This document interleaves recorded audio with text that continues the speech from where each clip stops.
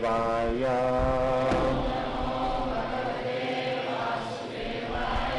Om Namo Bhagavate Vasudevaya.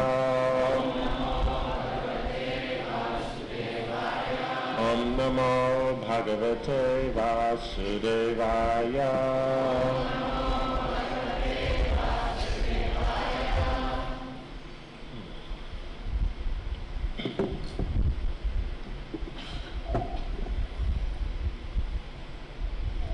So the living entity basically is trying to be happy, trying to express their individuality, their independence. So that being one natural, and so it's a matter of finding this in Krishna. That now we try to fulfill our nature, our needs, by avoiding Krishna. We see a situation and we observe the situation, analyze the situation, and try to come up with how many ways, or what possible way, or what is the best way that we can be happy in this, get something out of this. Right? So the principle of observing the situation, understanding that the situation itself can generate experiences, facilities. This is technically not the problem. The problem is we're looking at it for ourselves, not for Krishna. You go to the market, you pick up a nice mango and think, wow, I'd really like this. That's a problem. You pick it up and go, wow, Krishna would like this. That's not a problem. Right? So you went to the market, you looked at the whole market, then this is the season, okay, mangoes are coming, they're the new thing, they're special, that you picked out the mango, that you could analyze within the mangoes, which were good mangoes, within the good mangoes, which was the best mango. That's not the problem. The problem is your conclusion is for myself. Right? I'm the enjoyer, and I'm the controller, and I will enjoy. This is the problem. But if I'm the servant and Krishna will enjoy, there's no problem. This is, you could say on the list of number one mistakes that, everybody's doing, but specifically devotees make, is that they don't understand that that's all that's wrong. Right? The only thing wrong in our life is we're not seeing Krishna. That's all. It's not what we're doing. It's not, oh, he got up in the morning. What nonsense. Oh, he took a bath. Oh, so much in Maya. Oh, he put on clean clothes. Oh, he went out for a walk. Oh, my God, the amount of, depravity here. No. The problem is Krishna's not involved. That's all. It's that simple. We'll say, okay, it's that simple, but you apply that in everything you do. Right? You walk into the room's empty, for class. What do? You look around. What do? You look for the best spot where you can sit that you'll be happy. Is it the best spot to hear the class, to take part in the class? Probably that's not the consideration. Where's it going to be comfortable? Where's the fan? Where's the this? Where's the that? There may be the consideration, okay, I can see the person. And so that's part of the process. But understand, it's mixed. You know what I'm saying? That's the thing. You come outside to the front gate, you're going to leave your shoes. Then what do you look at? What'll be the best for your shoes? Your shoes. Not what'll be the best that when I come out I still have shoes to use in Krishna's service. You understand? There's a difference. So we analyze every situation for ourselves. This is Maya. This is the first stage of Maya, right? Covering potency and the throwing. Covering means you look at the situation and think there's something here for me. You're covered, because there isn't. It's all for Krishna anyway. But we're in illusion, think it's for me. right?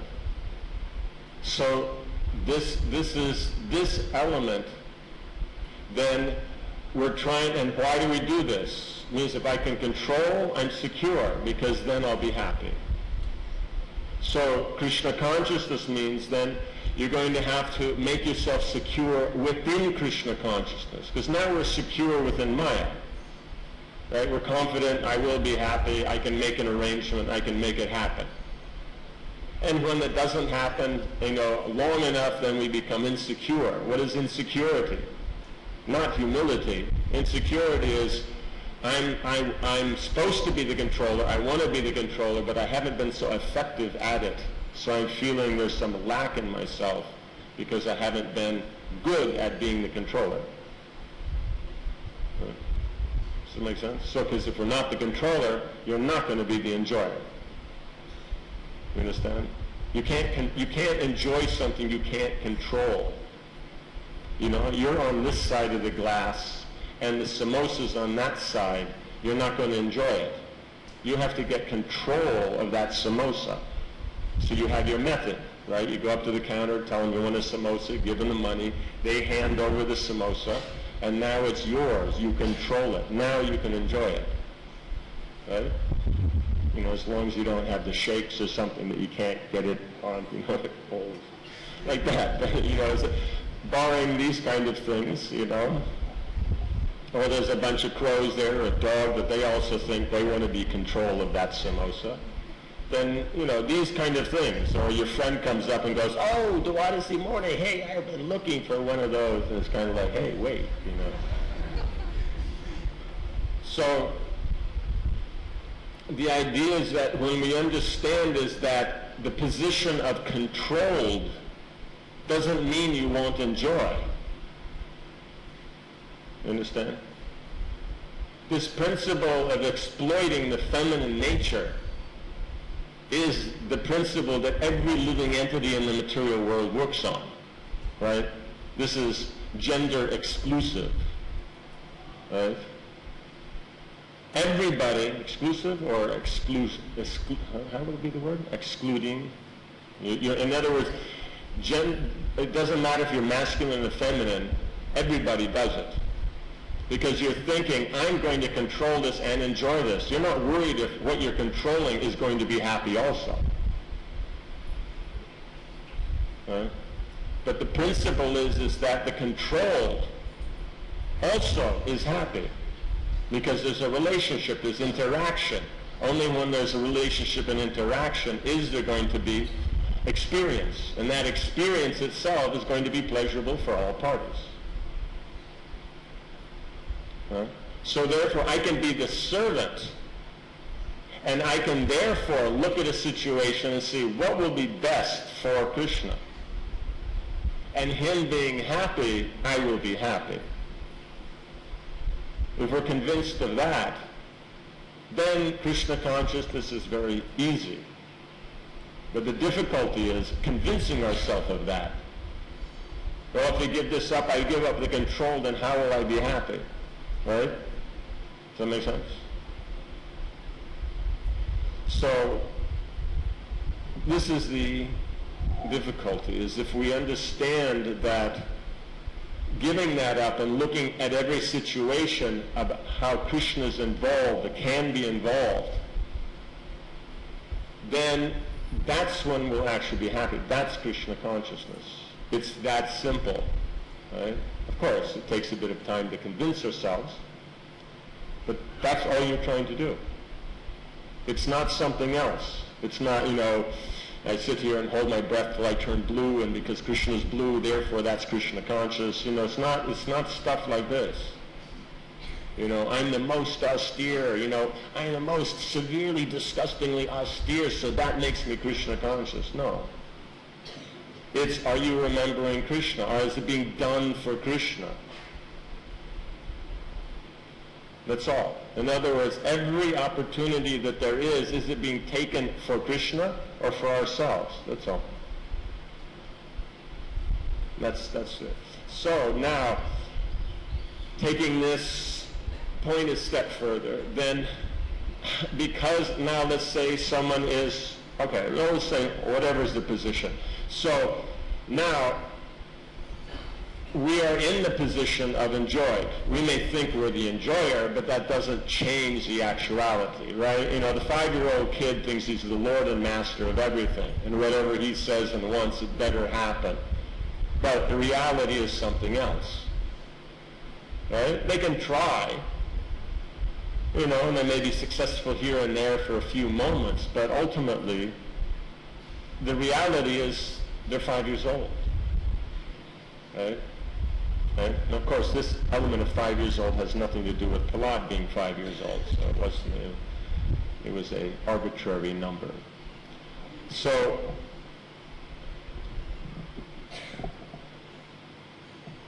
you see Krishna. Krishna can reciprocate, right, as himself, right, directly as the Lord. You don't see him as the Lord. He will reciprocate, but you won't know it. Because you think the material energy is what I'm interacting with, therefore that's making me happy. So Krishna, therefore, as his material energy, is interacting with you. Because the dead matter is not going to do anything. Right? Dead matter, before Krishna looks at it, it's pradhan. You can't even tell the difference between the elements. The 24 elements are so homogeneous, there is no difference.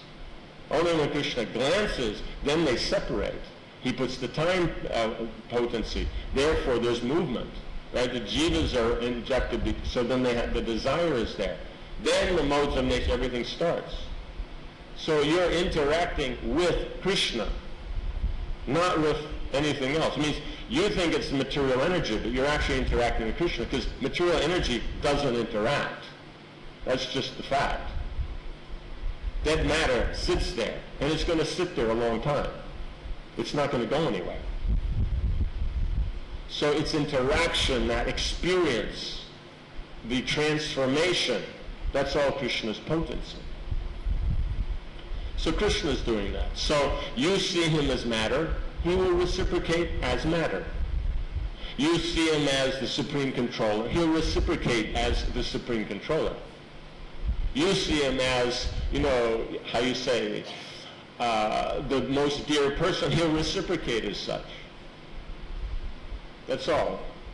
It means you look at the situation, is it for you or for Krishna? And how it is for Krishna, that's how he'll reciprocate. Right? So simple point. Right? So the person, I'm looking at this situation, how can I control the situation to get what out of it? So, is that what for Krishna or not? Is it favorable for Krishna or not? Right? And what is it you want to get? Enjoyment. So is that enjoyment for Krishna or not? And if it's for Krishna, what kind of enjoyment is it going to get? And according to that, he'll reciprocate. Understand? So how you see yourself and the environment, and what you think you'll gain from it, and what the environment will produce, that is the basis of Krishna consciousness. Do you see it connected to Krishna or not? How much is connected? Then Krishna reciprocates as himself. How much you don't see it, you think it's just dead matter. That's all. Yeah? So now, bringing it to today's topic, then Prahlad Maharaj, then he's seeing Krishna everywhere. So every situation he's in, all he's seeing is opportunities to serve Krishna.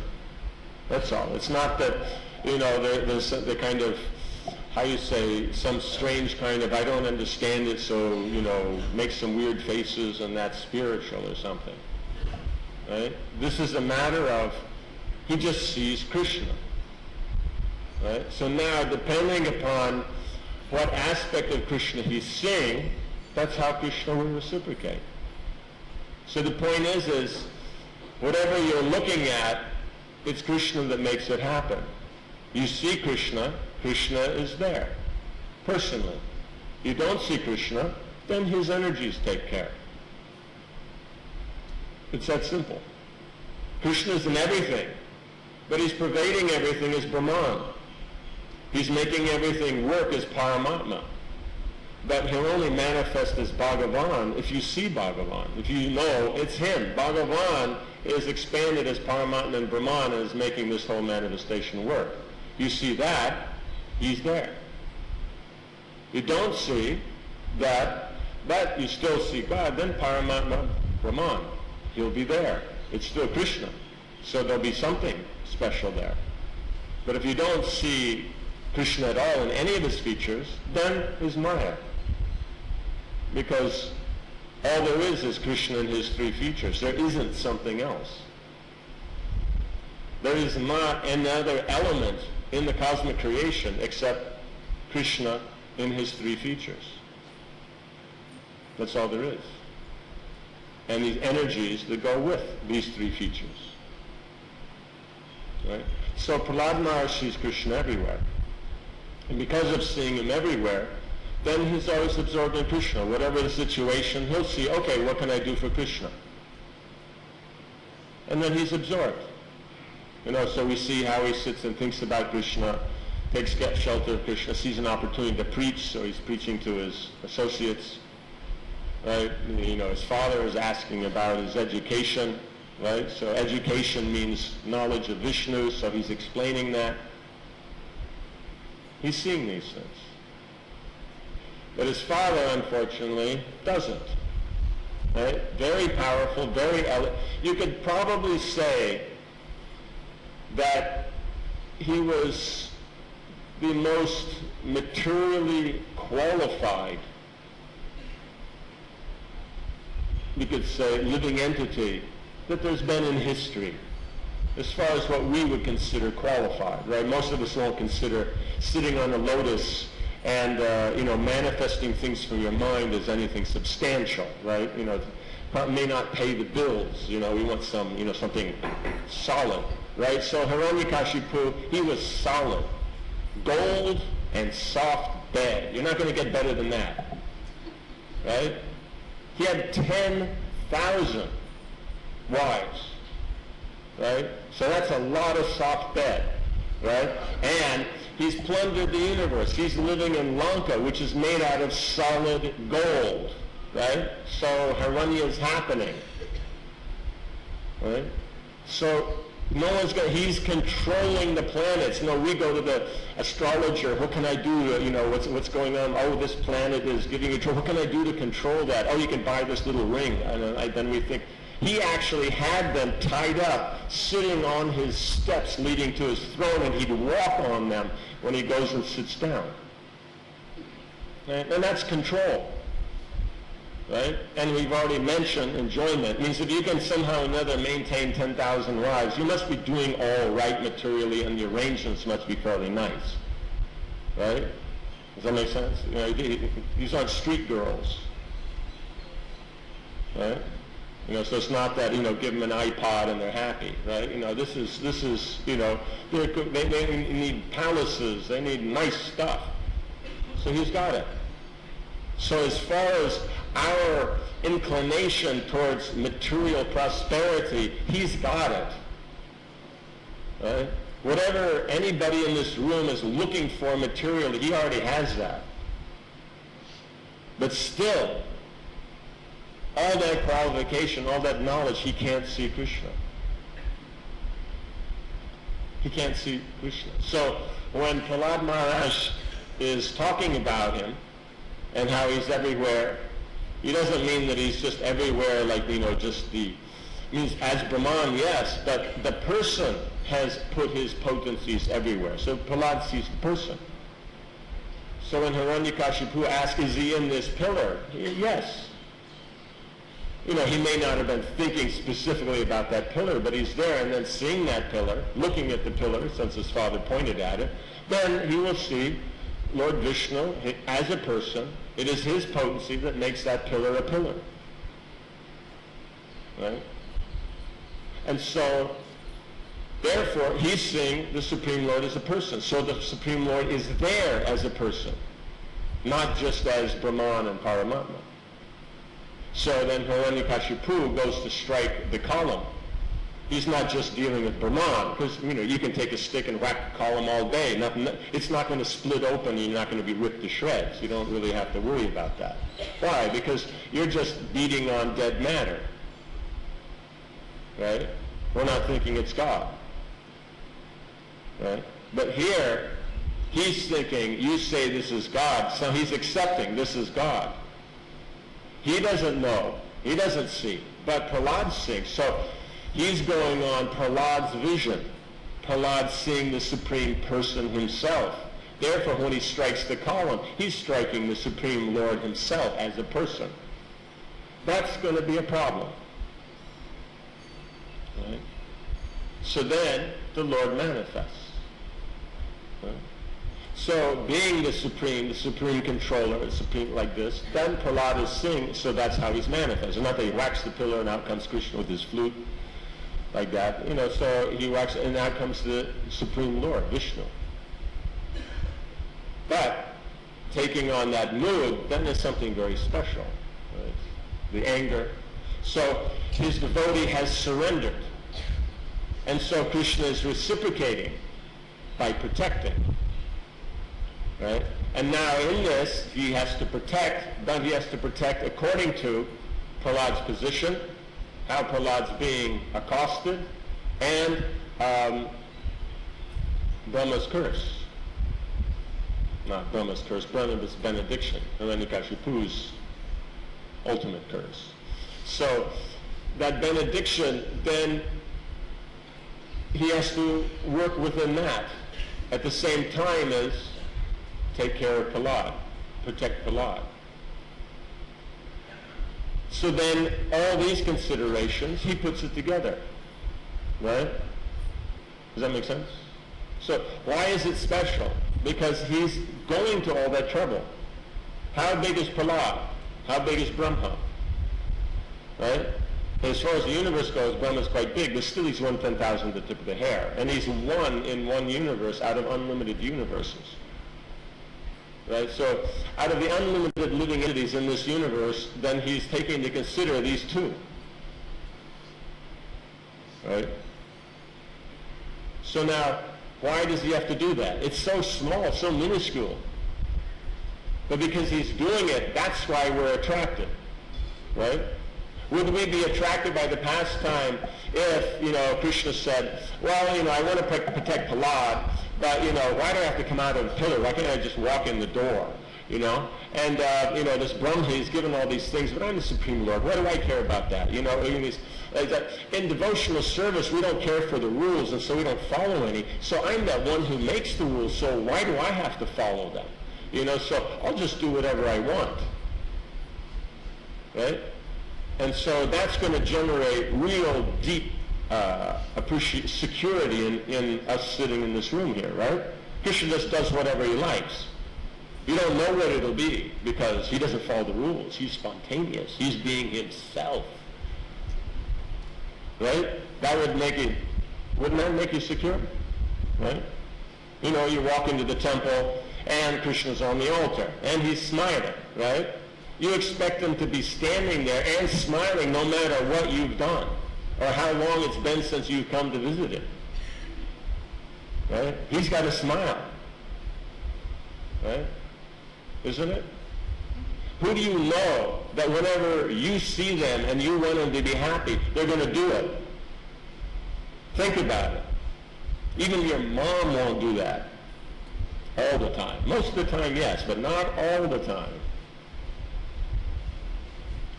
You understand? The Krishna will do that every time.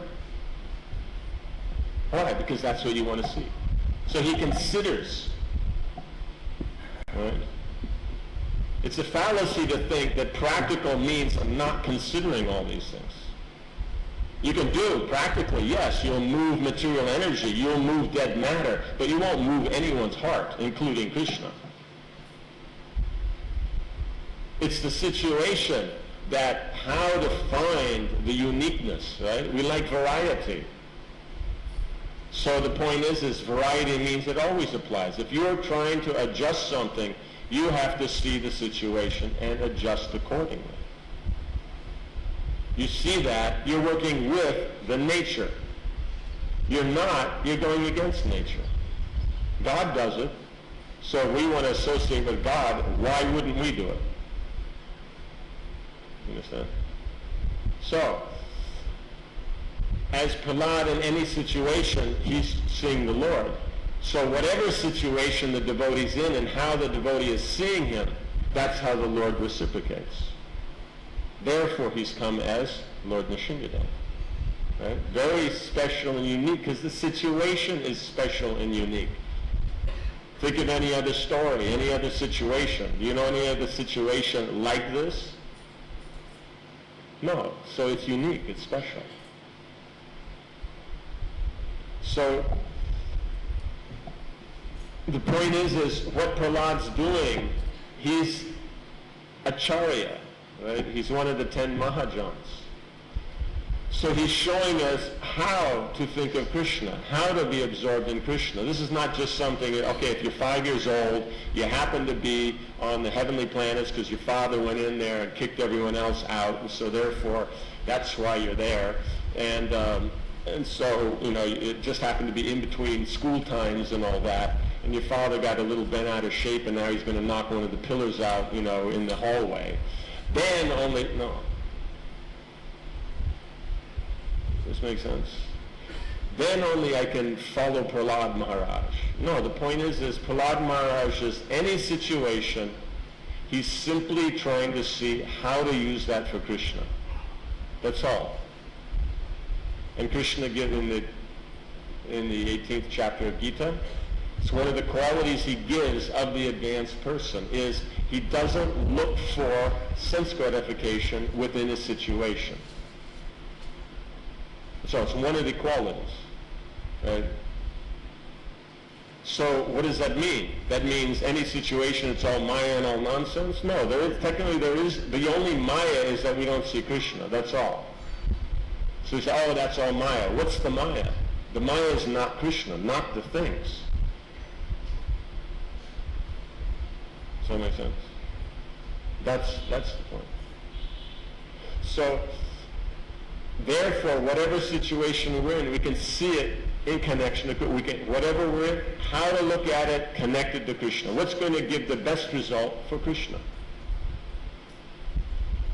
If we do that without making any other adjustment, we're Krishna conscious. That's what Prabhupada said. You don't have to change the situation. You have to change your consciousness. That's all. This is what it means. Giving up that, what is it? Bhaktisiddhanta Saraswati Thakur would say. The sensuous gaze of perception. He says that's the materialist. They look at the situation, and with a sensual gaze, they try to analyze what I can get from this. You give that up and simply, same situation, analyze what I can get for Krishna, it changes. And what you get for Krishna is according to the books. You can't make it up. Right? Krishna wrote the books. Right? Is that okay? Do you have any questions or comments? Or yes. This is Gizmo here. No, it's for the benefit of the greater audience. So it would be big brother, because we're not so much into, brothers. So is it Big Prabhu, or Big Prabhu is watching you? Yes. You said you don't have to change situation, only the mentality. Now, why does Srila Prabhupada say you should give what is unfavorable and accept only what's favorable? But you're making this choice of favorable and unfavorable where? The situation that's unfavorable to serve Krishna. No, you're in a situation. Okay, we're in this room. Okay, sitting here listening to class, is that favorable? Situation, but we're taking a baseball bat and breaking out all the windows. So it's not the situation, it's what we do with the situation. So favorable and unfavorable means giving up what's unfavorable. What would be an unfavorable application of the situation? And favorable is what would be favorable in that situation. You understand? Does that make sense? That's all. The thing is, it's so simple that it may elude us. But we have to be able to take that and apply it, right? We walk around the corner into a dark alley and there's some funny noises, okay? Now, what do we want to do? Go look and see what's making the noise or something? No, generally we want to get it. But why would we want to go? We're in that situation, that's what you're in. You can't be in another situation unless you make an endeavor to change it. But you have to start from that situation. I'm in the dark alley, but I'd rather be somewhere else. Where do I start from? My bedroom, right? That would be a better place, right? So I just start there, and I'm not in the alley. No, you have to get there. So you have to start with the dark alley. You can't start somewhere else. This whole thing is, well, we should just get, no, but how are you going to get, you're in that, you have to deal with that. So, okay, so that's the situation. Now, you want to leave that situation. Why? Why do you want to leave?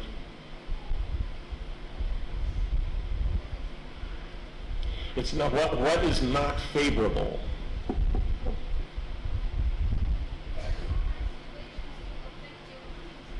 Situations affect your consciousness. Okay? You mean consciousness means like if there's a bullet through your head, that kind of effect of the consciousness? Or, you know what I'm saying? In other words, don't try to pull out the right answers. You're supposed to think about this because taking that, getting the right answer on the top there is great, but how did you get to that? If we just jump there, how do you get there? Then we'll say Krishna consciousness is not practical. The point is that by staying in that situation, it may be physically harmful, right? Or even if it's not so physically, it's going to definitely be emotionally. And there's a good chance it's going to set you back a bit monetarily, right? No? So there's on all platforms, it may be difficult. So therefore, you want to remove yourself, but why would you want to remove yourself? So you can be more Krishna conscious, but you could right there in that situation be very Krishna conscious and think of Krishna. Prahlad Maharaj was in situations like that, and he was very Krishna conscious. So yes, you be Krishna conscious, but the point is we're discussing why do you want to leave? You know what I'm saying? Maybe you're not so mature, so if you stay there and the guys come out and beat you with a few baseball bats like that and take all your money and everything, that would be the, more austere and then I was advanced. You know what I'm saying? This is the problem. We think Krishna consciousness is simply these really tough, austere things. And because we can't do that, therefore we're not very Krishna conscious. If I could stay up all night on Ekadasi and not fall asleep and completely fast from, food and water and even air would be good, like that. So, then that would really, that's what's going to please Krishna. No, it's your devotion. Right? So if you're doing that with devotion, then Krishna will be very pleased. If you're just doing that because you think an austerity is automatically devotion, then you've made a mistake. So the point is you want to leave there because then whatever facilities you have for serving Krishna may be seriously compromised if you stand there. So therefore, so you can continue to perform devotional service, and since devotional service sadhana means steady, so you want to be able to do the same service, right? You'd like to be able to walk to the temple rather than roll there in a wheelchair, right? Does that make sense? So these kind of things that's where it's a situation, it's Krishna conscious, but it's so simple. We say, oh yeah, I know that, but I was looking for this complicated answer that I thought I should give. No, that's all it is. It's that simple. So you can go whatever situation you're in and look at it. What is here? Walk into your bathroom. What's in your bathroom? Why is it there? What's in your living room? What's in your kitchen? What's in your bedroom?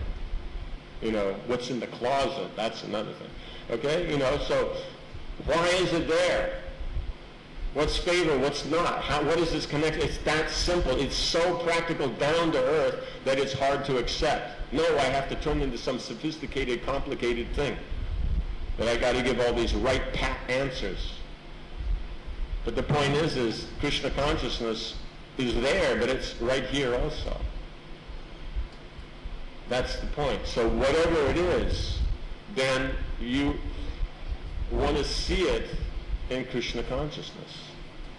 Right? Otherwise, you're only going to see, I chant my japa, I went to the temple, I went to Guru Puja, I was at Tosi Puja, like that. I took darshan, I offered obeisances, I circumambulated, I took charinamrita, you know, so job done. Now, when we walk out at 9 o'clock, it means we're going to be back in the temple when? Right? Possibly tomorrow morning at 4:30. So you figure how much time is it from 9 o'clock this morning until 4:30 tomorrow morning? And then how are you going to make those situations Krishna conscious? Because for us, many times Krishna conscious means only that. And if you're doing that, then you're Krishna conscious, which is the most important of all the situations. But the point is that why aren't we always there? You know what I'm saying? It means we live in Mayapur, how many live in the temple? And if we don't live in Mayapur, how many live in the temple? So that means the majority of our life is not in the temple. Why aren't we in the temple? It's our choice not to be in the temple. Right? Not saying we should be, but we could be. But we're in a situation, what is that situation? Does it have anything to do with our particular personal interests? Where we live, the kind of house, what kind of job we have, what we do with our money, what clothes do we wear, what food do we eat, what's hanging on our wall, what's on the floor, what do we sit on? Do we have any at all control over that? It's just completely out of our control that we just found ourselves here and that's all. You understand? So that means we've been in situations and made choices. That's why that piece of furniture is in your house and in that spot on the floor. And that it's on the floor, right? It means we could screw it to the ceiling, you know? Just think of what your guests would do if they walked in and all the furniture was on the ceiling. I mean, definitely they're not going to forget your house, right? Even 50 years later, they're still going to be telling the grandkids, yeah, and this one time I was invited to this lunch, and I walked in, and all the furniture was on the ceiling. You know, I mean, how weird is that? You know, like that. So, does that make sense? So, the point is why did you choose that? So that's the thing. Is that favorable? Was it Krishna is the choice? We'll just say a blanket statement, of course, I'm a devotee, of course. But if that's the case, we would be a pure, unalloyed devotee. And so if we're not, to that degree that we're not, know it's to that degree that the situations we're in, we don't see connected to Krishna. We see them connected to ourselves. And that's all. Seeing it connected to ourselves is not the problem, as long as we see ourselves connected to Krishna. You understand? There is that funny little, it looks kind of like this. It's favorable, right? It means everyone can hear, it's a discussion, we're discussing Krishna Katha, so you're naturally asking something connected to Krishna.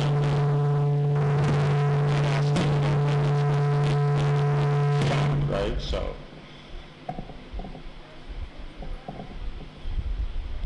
a lot of cookies. Must be Dwarasi morning, right? Maharaj, but to get your mentality to pure Krishna consciousness, you need sadhu sangha, you know what I mean? To be in that favorable situation. Yeah. That's why you're in Mayapur, right? Otherwise, why be here out in the middle of nowhere? There's no electricity, it's hot, it's muggy. You know, you could be somewhere else. You know, if weather's your thing, you could be somewhere in the, you know, I've heard it never gets hot or cold in Malaysia or Indonesia, you know, so that's the thing, you know, you want things to work, you know, try somewhere else.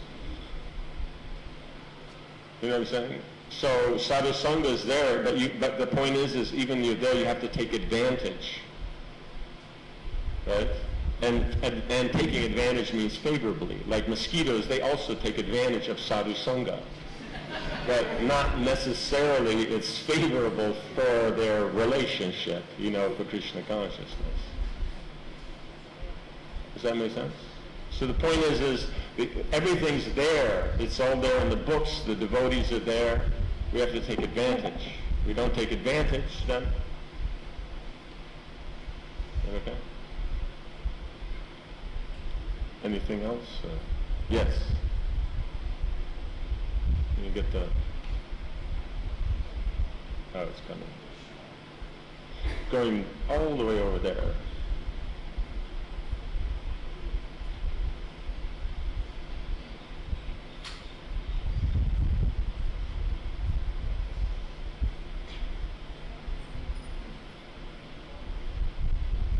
What happened to the question? They got scared when they saw the mic? It's an easy contraption. You just basically put it inside your mouth and people can hear. Yeah. So that's it? Yeah.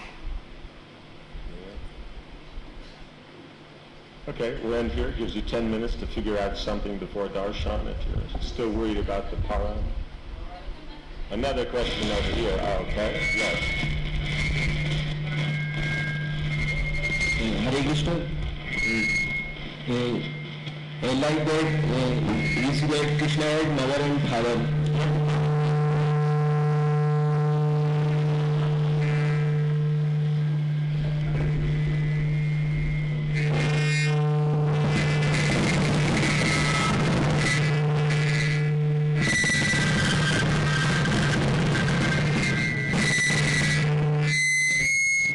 Probably Pink Floyd could do something with that, no?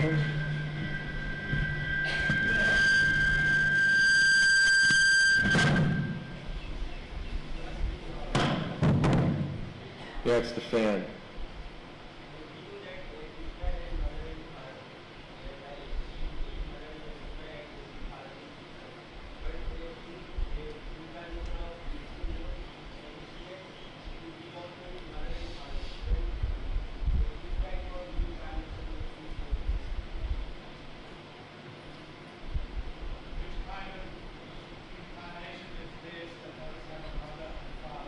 What kind of incarnation doesn't have a mother and father? Is Leela avatar, like that. So you have so many kinds of Leelas. But, I mean, you have a problem that the pillar is his parentage. It comes from a long line of pillars, right? It's 1,000 pillar mandapa. How many people can take that many generations back? There are all of them. So he's from this pillar. Yeah? I mean, that means if he doesn't have a mother and father, you're not going to take him seriously, or like that. What's it? Matri Devo Bhava, Pitri Devo Bhava, Acharya Devo Bhava. Where he did that? No guru, no mother, no father.